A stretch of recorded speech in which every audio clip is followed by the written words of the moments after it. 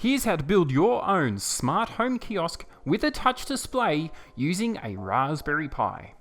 I'm using this with a Home Assistant ecosystem, but this will work with effectively any smart home solution.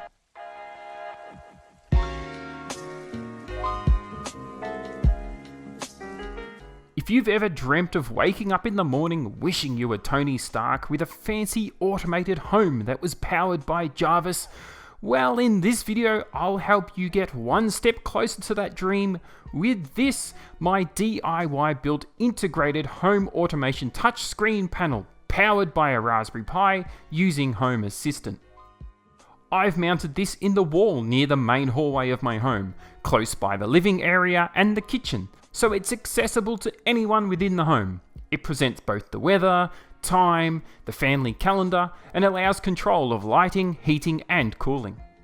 So in this video, I'll show you step by step how to build one for yourself. I'll run you through a breakdown of the components that we need to build it, and then the software to make it all work. I've got links to all of the components, the downloads for the software, and the commands to build and set up the software all in the description. So firstly, for the hardware side of things, you'll need a Raspberry Pi models 3B, 4 or 5. You'll need a display. For my home, I'm using a genuine Raspberry Pi 7-inch touch display.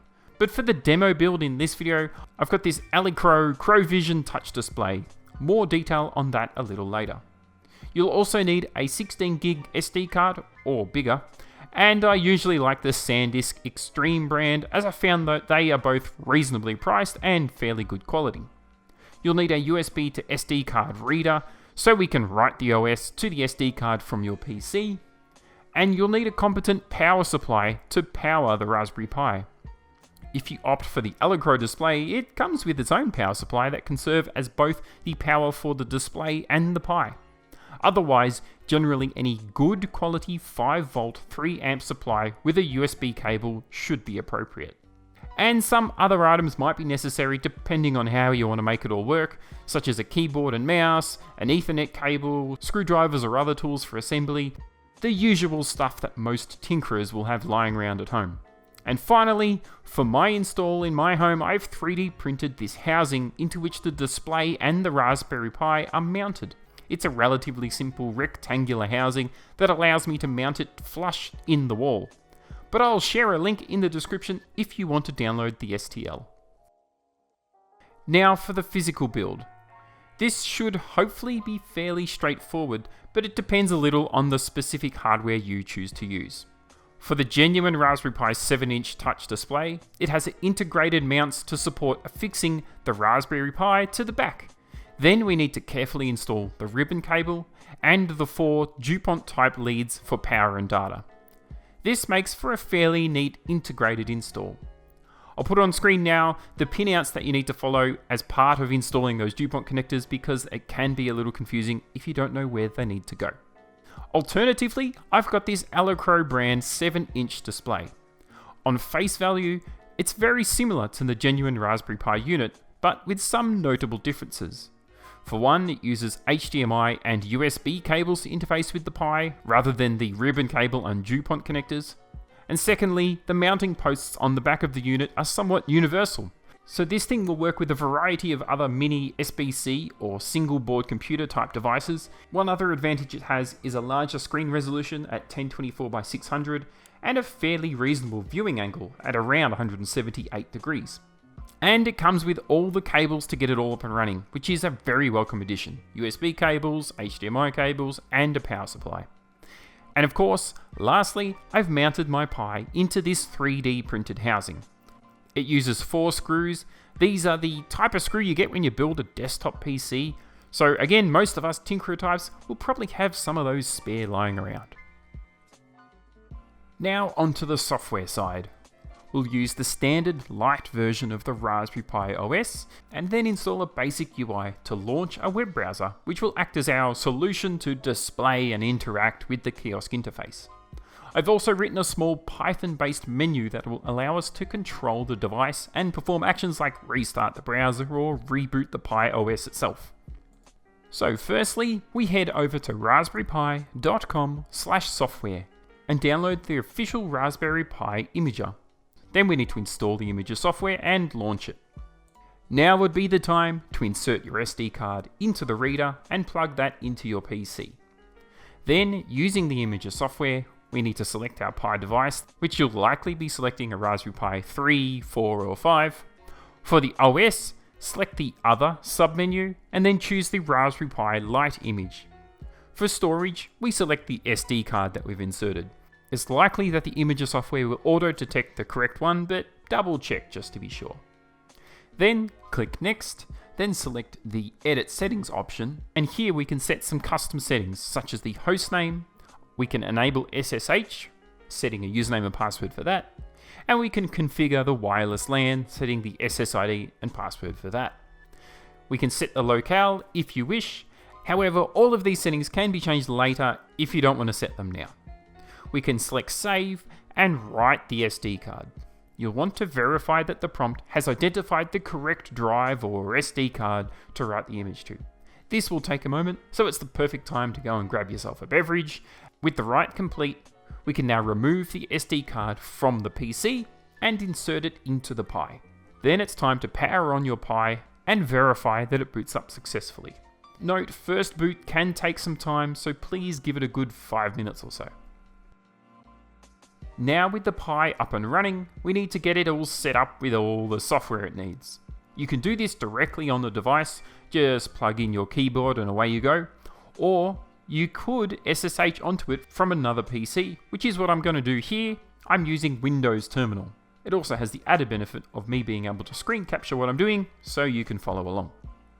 So we'll type SSH and then username at hostname or IP address, and then hit enter, type in our password, and we should be in.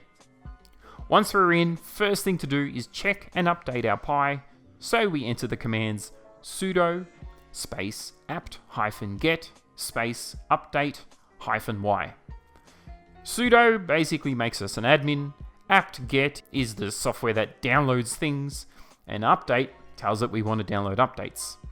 Let that run, and if you get any prompts, you'll want to hit Y and hit enter. Once complete, we want to do the upgrade command. So very similar to the previous one. Sudo apt-get upgrade -y. Allow each of those to run and complete. They'll again take around about 5 minutes depending on how many updates you need to download and how fast your internet is. Then we're going to make a few changes to the base config. So we're going to run sudo space raspi-config. Then we've got a bit of a blue UI to navigate through here. So we head to number 1, System Options, navigate to S5, Boot Auto Login, and select the option B2, Console Auto Login.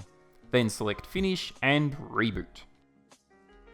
Now that the base OS is installed and updated, it's time for some software installation. First up, we're going to install a basic GUI or GUI. To do so, we enter sudo apt-get install and then --no-install -recommends xserver-xorg x11-xserver-utils xinit and openbox. Now, if all of these commands are getting a little bit too painful, don't worry, I've got it all in a link in the description so you can follow along all through there if that makes things easier for you. Next, we install our web browser. To do so, we're going to install the Chromium browser, which, yes, is the thing that Google Chrome is based on. It's also the thing that Microsoft's Edge browser is based on. So, to do so, we install with sudo apt-get install no install recommends Chromium browser. Again, you're going to have to pay attention to where all the hyphens go and where the spaces go here. It might be easier to copy paste from my link. Alright, we've got a GUI, we've got a web browser, but I mentioned a Python script earlier, so we need to install some Python stuff. Let's install Python itself first. This one's easy, sudo apt install Python. Hit enter and away that one goes. Next, we want to install the Python GUI toolkit that I'm using for the script. So sudo apt-get install python 3-tk. With that one done, we'll also install the pip software, which is Python's install tool. For that, the command is sudo apt install python3-pip or pip. And the last one in the Python category is the PySimple GUI. For this, we're using the pip tool. So we enter pip space install _upgrade space PySimple GUI. Now, with all the Python stuff set up, I'm going to install some software called wm control, which is a command that can be used to interact with running applications. And in this case, we use it to bring the menu to the top and keep it on top of the browser, so that the browser doesn't steal all of the screen real estate. So, to install this, we go sudo apt install and wmctrl. That's it for software installs. Now it's time to set up and create some scripts that get everything working. So first up, we'll create that Python menu script. To do so, we type sudo nano being the text editing software, and then /home/py/menu.py. Hit enter, and we'll get an empty text editor window.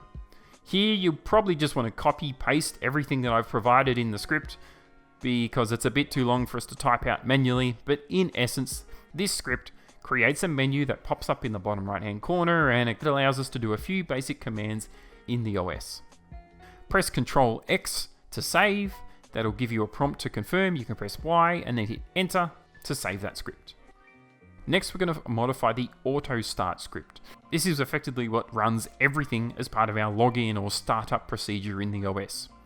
So we type sudo space nano, again the text editor, space /etc/xdg/openbox/auto start. In here you can safely delete everything that's already in this file. We'll start with a blank one instead, and then you can copy paste everything I've provided here. The first few commands are there to set how the screen works and turn off things like the screensaver. I've also set this one up so that it automatically shuts down my Pi every evening at 10:50 PM. You could omit this if you wanted to leave yours running all the time, or of course you could change the time. I've got a little sleep here because I found that sometimes the browser would open too quick and my Wi-Fi hadn't quite connected yet, so adding a 5-second sleep, and this way I never had issues with the browser launching and trying to launch my Home Assistant website before the Wi-Fi had connected. Next, we launch the actual Chromium browser. We've got a few command line parameters here, which, well, in effect, make the browser a bit more kiosk friendly. So we've got no error dialogues, we've got disable info bars, we've got the overlaid scroll bar, and we've set the kiosk flag. And importantly, we've got the URL here for your Home Assistant.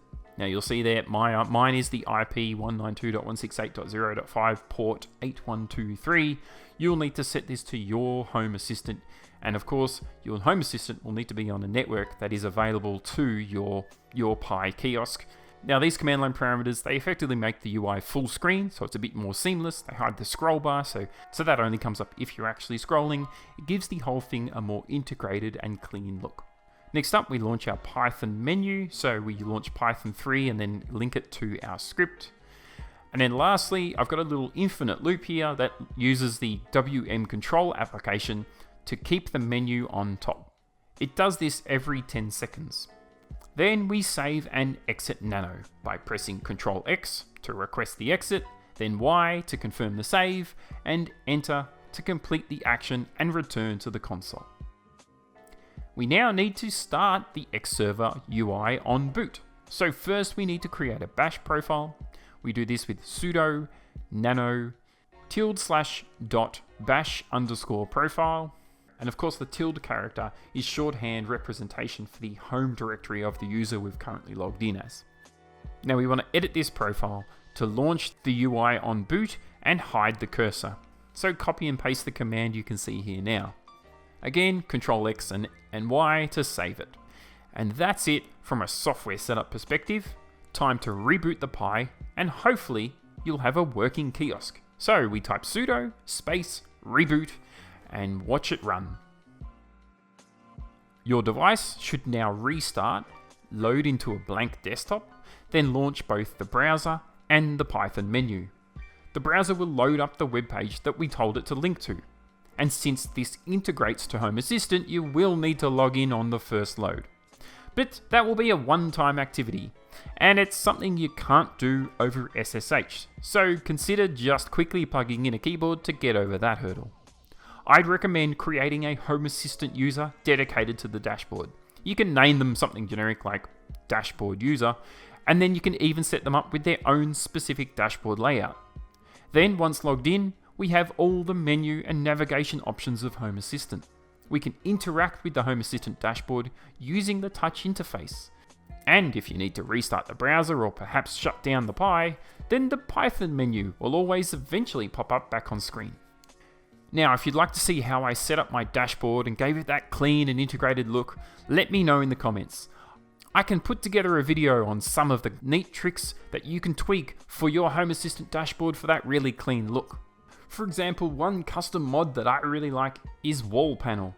It's kind of like a advanced screensaver. It's very customizable. You can put your own cards on the screensaver and even have custom wallpapers. It's a really neat tool. Now, of course, you could do all of this with just a cheap used tablet and the Home Assistant app. But that's not always the point. Sometimes it's about the customizability or the fun of building your own solution. There are always many ways to peel an onion, or skin a cat, or whatever. But nonetheless, this is how I built my Raspberry Pi powered home automation kiosk, and you can make one too. All the links to the 3D model design, the code, the full parts list, they're all available to download for free. Links are in the description below. And I do want to thank Tony from creatingsmarthome.com and Mark from Mark Watt Tech for some of the inspiration to make this video.